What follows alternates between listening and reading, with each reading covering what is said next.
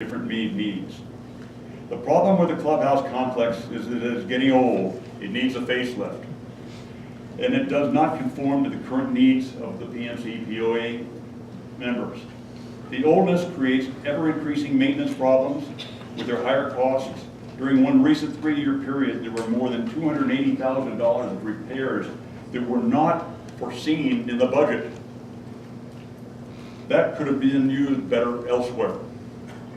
There is a current estimate of about $250,000 to $300,000 to bring in a new electrical system. Plumbing system, they don't know yet on that one.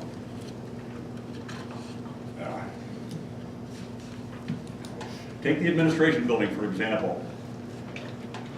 Here you go. The administration building itself is merely a shelter, creating ever-increasing maintenance costs. A recent problem was when the toilet flooring rotted and the toilet fell through the floor. The administration department has a crowding factor, which means more administrative time is spent looking for records or in moving records from one spot to another because they're all stored in boxes in many locations. The crowding also creates increased mental stress upon administrative personnel. The program in its entirety is as follows. It is designed to have a minimum of interference with current activities and functions at PMC POA. The program is designed in progressive sections. The CTF is always watching budget considerations. We realize the need to conserve our resources with the effective use of those resources. We feel that a project should be done properly so that it's done once. We live here and we pay the assessment also. Step 1 is to create a new swimming pool. The voting response to the pool is the highest of all topics. And the members expressed the preference for a year-round pool. It is the most used PMC amenity and provides the members with the satisfaction of a pool with exercise or pool play available, especially during the current hot days. Local realtors, when selling houses in PMC, use the pool as a selling point. They put it down that that house has a pool. You gotta walk. Okay. The current pool is approximately 42 to 43 years old. Yes, it can be continually repaired. Always more costly though. It is built using galvanized iron pipes. From my research of 8 articles written by pool engineers and builders on Google, the useful life and longevity is about 50 years for pipes. 15 or 50? 50, 50. We're getting there. We're at 50. The 50 years can be affected by soil conditions, weather conditions, groundwater, and the water that remains in the pipes. So that 50 is not an actual, you can't really use it everywhere. Some pipes, like back east, they give out 30 years. The problem arises that there is no definitive way to understand just how good or how bad these pipes are without spending $60,000 to $80,000 to dig them up, which then includes digging up most of the deck because you have to get to the pipes. The PMC pool is about 100 to 200 yards from the largest earthquake fault in California. An earthquake could cause the old pipes to rupture. Do you wish to take that chance during the swimming season? By moving the, no, I got it, okay. By moving the pool to a spot now occupied as a parking lot between the clubhouse and tennis courts, a longer pool requested by PMC members, which can be operated or created. This then opens up to the pool, possible use from outside swim teams, clubs, as a high altitude training facility, resulting in a source of income from the pool. Pro Athletes Club have shown high interest in PMC due to the nearness to Los Angeles and the altitude that we're at. They have trails for running, roads for bicycling, so that's why they like it. Several days, the Santa Barbara Swim Club was here doing high altitude training. We also had the pool open to the local Boy Scout troops working on the swimming and life-saving merit badges. In our original member inquiry, there were many votes for the larger pool. and this new pool would satisfy that. The current pool has an occupancy limit of 68 persons. This limit has been reached several times in the past, prohibiting late arrivals from using the pool. The new pool would allow many more users. The second part of moving the pool to the new location is that it opens up the space to create a new administration building. There's more on that later. The new pool would give peace of mind regarding continuing maintenance costs for an older pool, especially the plumbing and any large cost expenses for unknown problems. There's a thought that resurfacing the current pool, I've been approached on that. The cost is approximately $25,000. Wouldn't it be better to put that into a new pool? The overall shallower new pool will also reduce heating costs, and there's a possibility of a solar for further savings. Along with the new pool is the prospect of creating an all-season pool. That was very high on the list for people. A jacuzzi is also involved. Because the pool is constructed in the off-season, there is no interruption of the pool facility at all. The old pool location will then be cleared, and the pool remains, they have to compact the earth and things like that. Step 2, the Condor room becomes an ideal place to have a pool overlook, right out here, where members can watch the pool play of their children and also watch the concert on the green during the summer. With access to the bar through the Condor room, members can, you have a small deck now that runs down the side here. That's continually crowded during the concert on the green. This, we propose also to extend that deck down to this deck. You'll have more space up here. This is also with the shade when you get in the afternoon. The deck would be expanded to, more decking was one of the main vote getters in our survey. With the future move of the kitchen to the west side of the clubhouse, this side here, it would open up increased sales of food on the deck along with the bar sales. As further motivation, there would be stairs to the pool from the deck, an ADA ramp from the parking lot to the deck, which would then also give us another ADA access to the building on the upper floor where most of the activities take place. The current administration building has many problems, which I've discussed a couple here. Mainly major building deterioration, not enough room for the personnel, and now I understand rodent infestation through many gnawed holes these little guys do. I've had them come through my garage door too. There's no ADA bathroom, so disabled people need not apply for work at the PMC. Personnel need to have their work appreciated with reasonable space to perform their needed tasks. Hang on. A little personal aside on this one. I worked with a person that made my frames for my work. They had about 68 people working there. I was talking to him on how his business was doing great. He said, I got one person that's kind of a pain in the butt. So I said, why? And he showed her, and her table that she worked on faced a corner, and all the other tables faced each other. I said, turn her table to face them. He said, well, it takes up more room that way. And I said, try it. Tried it. She worked out to be a very good employee. It takes little things, not a whole lot. That building was built to minimum rules a few years after the main building. The biggest problem is that to move the kitchen to the west wall of the Condor room, the administration has to go, the building has to go. Physics tells us that you cannot, two objects cannot occupy the same space at the same time. The easiest solution is temporary quarters such as you see at construction sites. The CTF, by my group, or our group, has been in contact with a provider of temporary quarters and has several options that they will provide depending upon our space needs. The rental company will configure the units to our needs and will take care of all maintenance for the life of the rental. It will be situated on the closest of the 4 lots in front of the clubhouse. All these lots are owned by the clubhouse, but they're zoned residential. Since the administration building then would only be temporary, PMC does not have to rezone that with its subsequent expense.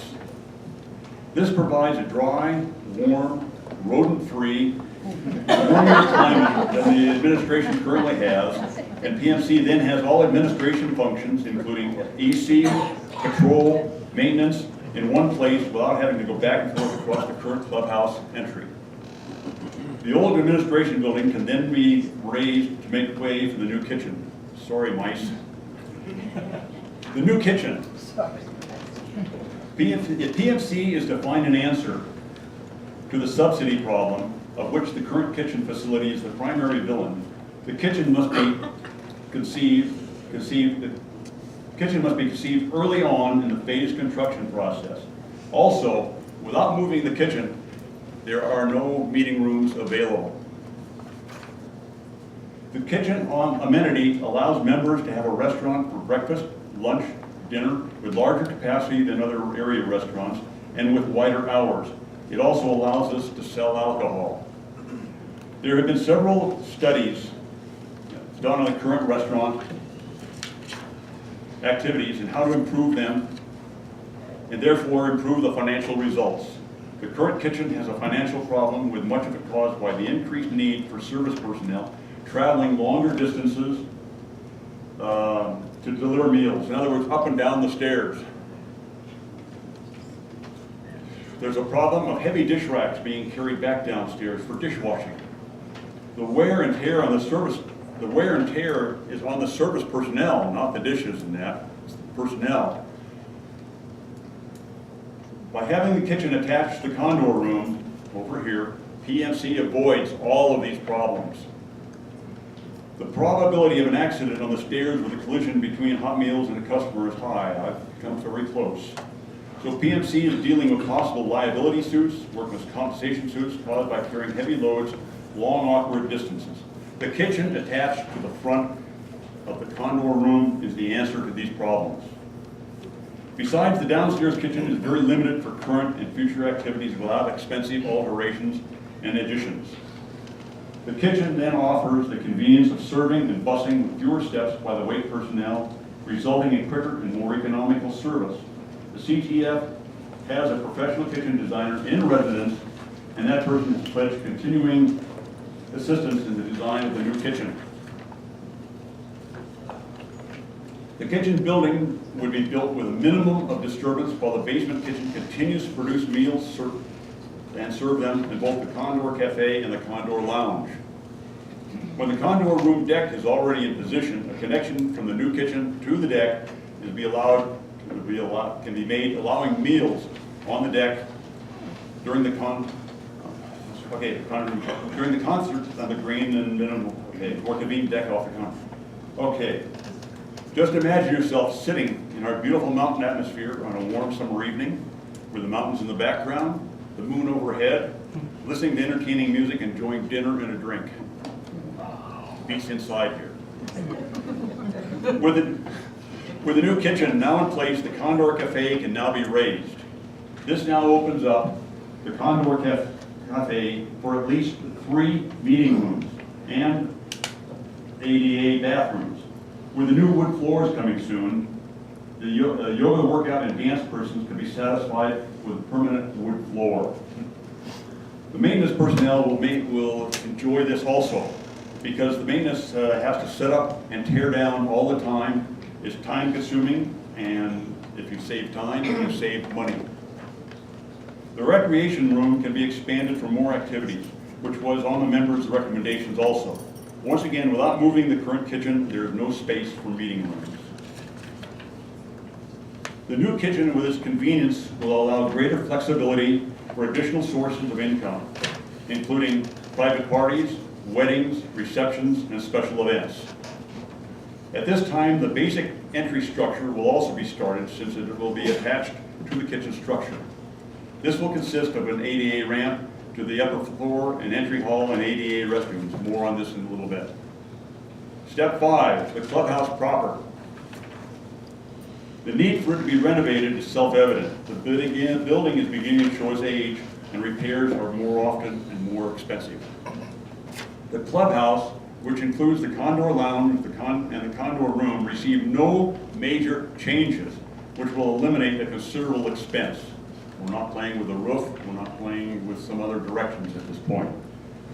The major change will be to the floor to ceiling double glass windows on the east side and the south side. Hang on. These windows will take advantage of the beautiful views your clubhouse has. This was one of the major thoughts that that survey had. The bar will stay where it is. It's very simple because it's already there, and to move it's going to be expensive. The dining area is the condor room, away from the bar, so there are no problems with minors within the bar eating area. It makes the dining room much more exceptional and reliant upon the view and just conversation. Most nice restaurants have bars away from their eating area anyway. The Condor Lounge returns to being the dance floor, allowing the permanent location of the dance floor and the bandstand area. A folding screen becomes the method of achieving quiet dining in the Condor room. There are 4 restrooms in this building now. 2 of them do or can easily satisfy ADA standards. The current entry-level restrooms do not satisfy ADA in any manner, nor will they ever satisfy ADA, or anything that you may wish to do to them. To replace them in any construction remodeling step before this would be quite expensive. It would mean that you remodel them, and then when you start doing other things here, you remodel them again. We don't recommend that. The current ones, there is no need at this time to make them ADA until we get to this point of the front end of the building. They are grandfather clause, and we do not foresee any changing at this time. We're looking to save money on this. We have looked at sound deadening specialty materials, and these will be specified for use in here to help with our sound quality. Step 5.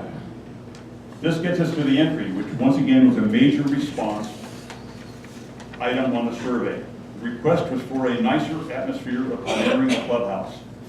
There will be an ADA zigzag ramp on the west face, which will bring people to the new entry level, which will now be on the upper floor. This floor, but out front. The main floor, which is the main floor for club activities. When you walk into the new entry, you will turn right, and the eastern vista of the golf course and mountains will be there to awe you and your guests. At the same time, there will be 2 ADA restrooms added to that level. They will all serve the upper level. This solves the ADA problem.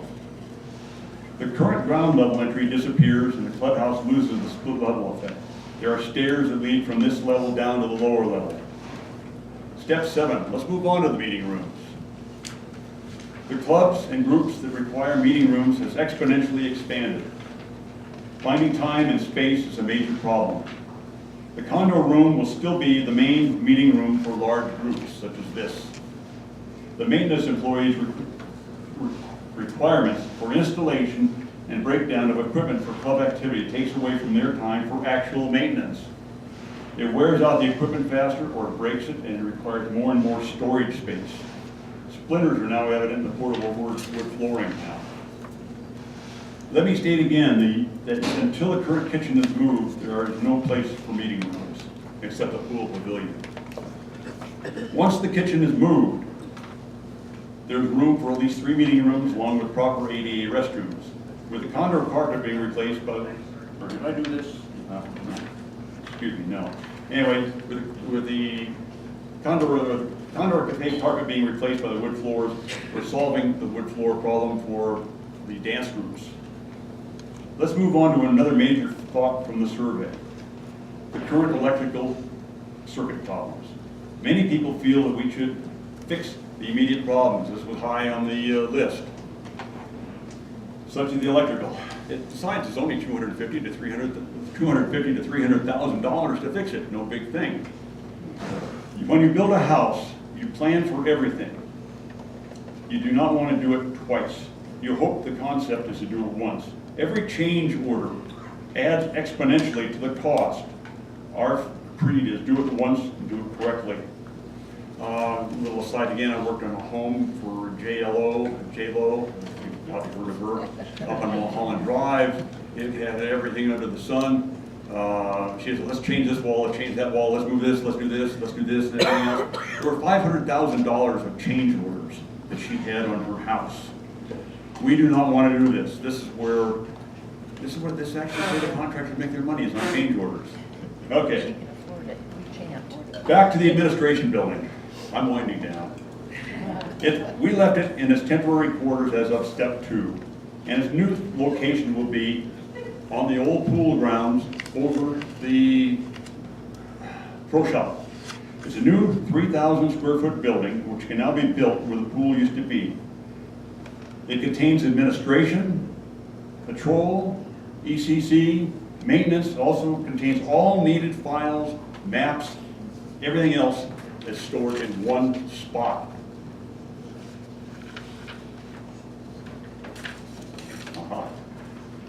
Let's look at the post office as a part of the clubhouse complex. PNC currently spends $1,800 a month on the 1,500 square foot post office in the village. As the post office and the transfer site are the two major social meeting places in PNC.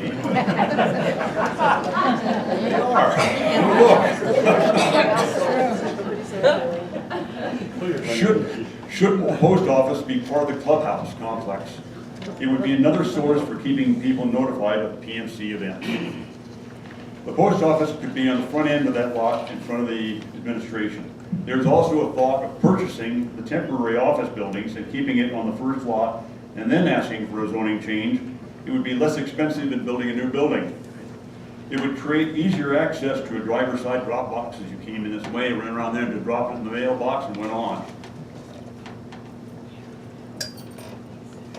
Okay, as you just heard, this is a complex situation that PNC finds itself in. It has buildings and equipment that is aging. It is not kept up with our needs. With age comes more maintenance, as some of us can personally understand.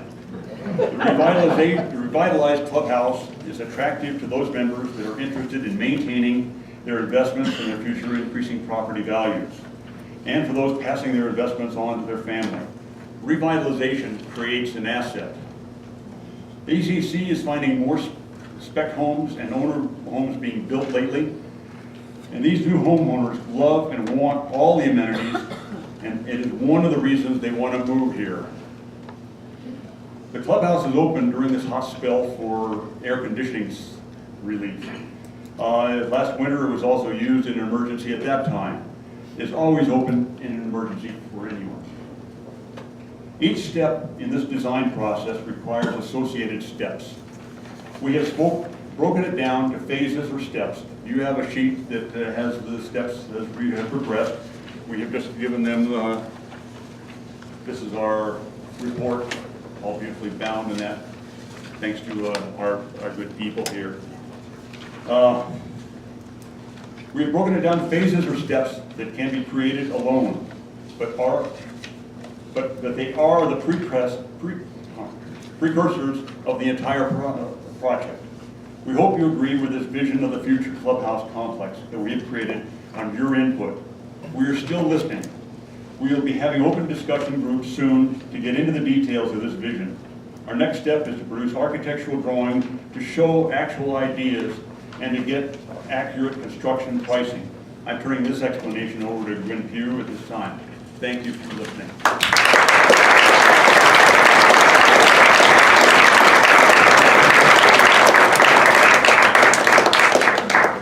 Okay. What do you need?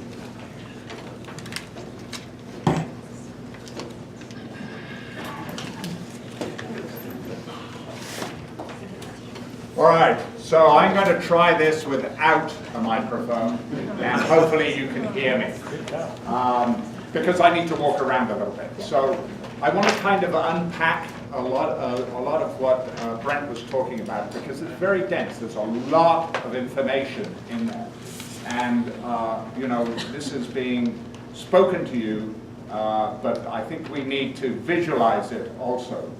What does this mean? So I think let's just start off with the idea that what we were really trying to do here was maximize the return on our investment.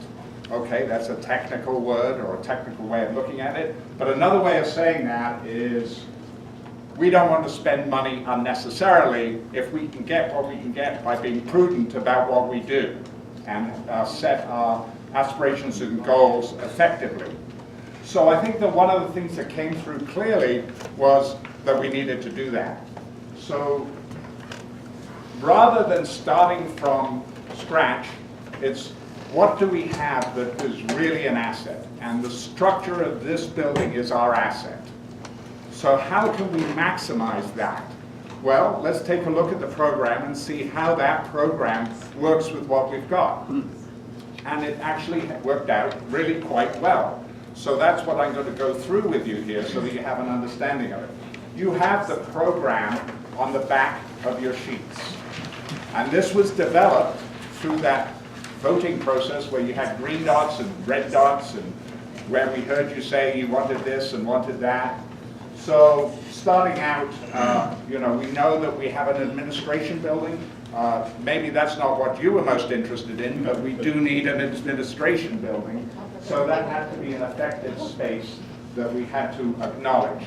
So that needs to be about 3,000 square feet. Currently, it's about 2,200 square feet, which includes the entryway through there. So to be effective and to be laid out and for it to work. Now we can do those with mobiles, so that's certainly one of the things to look at, and that does definitely make our bottom line much more cost effective if that's the way we go. Or we can look at this in the future. It's really quite optional for the community to determine how we're going to do this.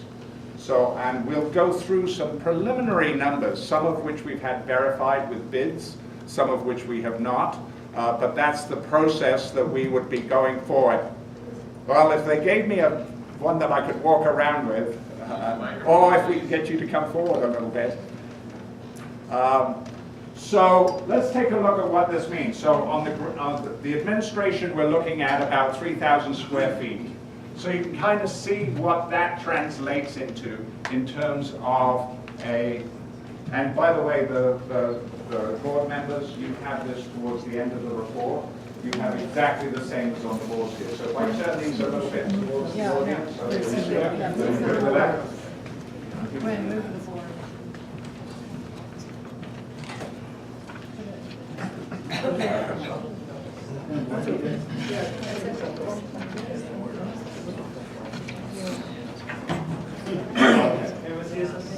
No, just these. I think we're good.